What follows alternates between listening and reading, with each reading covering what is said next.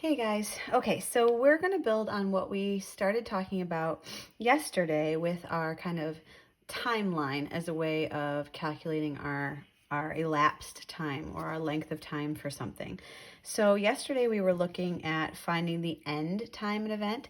Today we're going to start looking at finding the starting time based on the information we get in a word problem. So let's take a look at our activity today, or our word problem today. It says Mark's guitar lessons start at 5:20 p.m. It takes Mark 15 minutes to get to his lesson from his house. Before Mark leaves, he has to do chores for 25 minutes.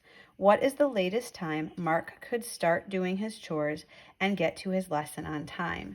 So yesterday we had a beginning time that we knew. Well, today instead we have an ending time. We know that he has to be to his guitar lesson at 5:20 p.m.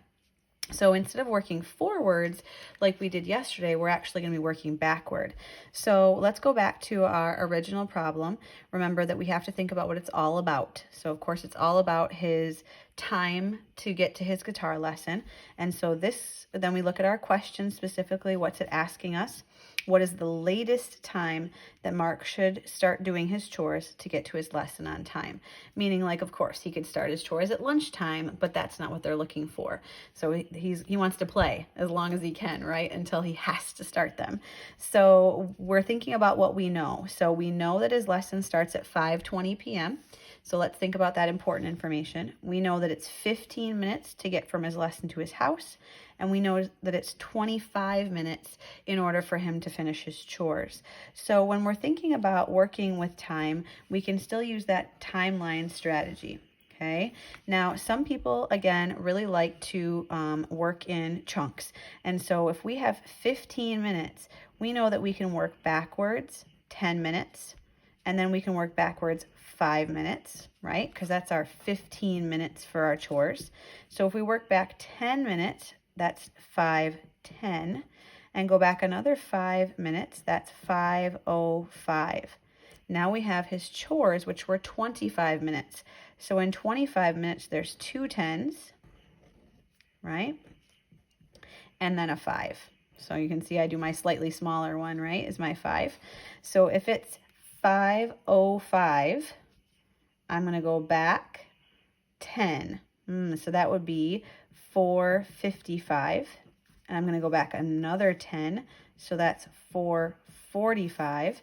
And then I'm going to go back 5 more minutes to 4:40. So I know that the latest time he can start his chores is 4:40. Now, in that situation, my brain has to kind of work with a little bit of funky numbers. Like I noticed that I had to go from 5:05 and I had to go back 10 minutes, which sometimes is a little tricky to think about. So remember that the other strategy that we can use is we can put these two chunks of time that he has to have, we can put them together first. So we have 15 minutes and we have 25 minutes so that we can find his total amount of time building up to his guitar lesson.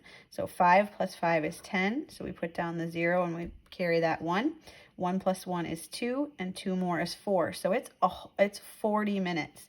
So now when we look at our, oops, sorry, I slid that out of the way a little bit. So now when we look at our timeline, we still know that his guitar lesson is at 5:20, but now we can work back in chunks that maybe are a little easier for our brain to work because it's 40, so that is 4 10s, right? So we have 5:20, so here we have 10 minutes before that is 5:10, and 5 o'clock, 4:50, and 4:40. So for some people, they like to work specific to the numbers that were in the word problem and do it so that they can see the 15 and the 25. Other people don't like to break it that way, and they like to look at all of the time that we need and then see what that total is and then work back. So whichever way it works well for your brain, go for it. That's definitely fine. And again, you can also see it in the T-chart like we did. So we know that he's going to have his lesson at 5:20. We knew that it was going to take 40 minutes. So if we go back 10, that would be 5:10. Another 10 is 5 o'clock. Another 10 is 4:50. And another 10 is 4:40. So again, some people like to see it in the hops, like on a number line. Other people like that T-chart as a way of mapping that out for themselves. So as you're working with time and finding start times, try those strategies. We could just work backwards instead of working forwards. Let me know if you have any questions.